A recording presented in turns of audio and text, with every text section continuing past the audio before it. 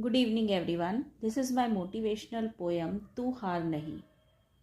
So, I am going to present two lines of this poem, Tu Haar Nahi, for you.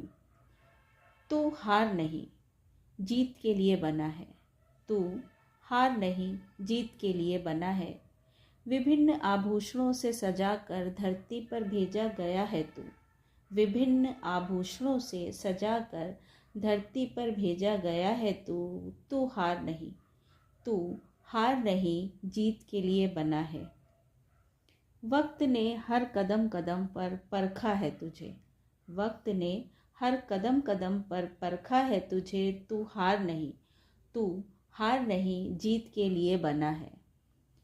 परिस्थितियों ने भी कहाँ छोड़ा है तुझे.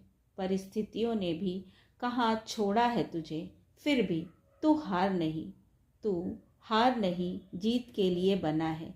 याद रख, तू हार नहीं, जीत के लिए बना है. Thank you.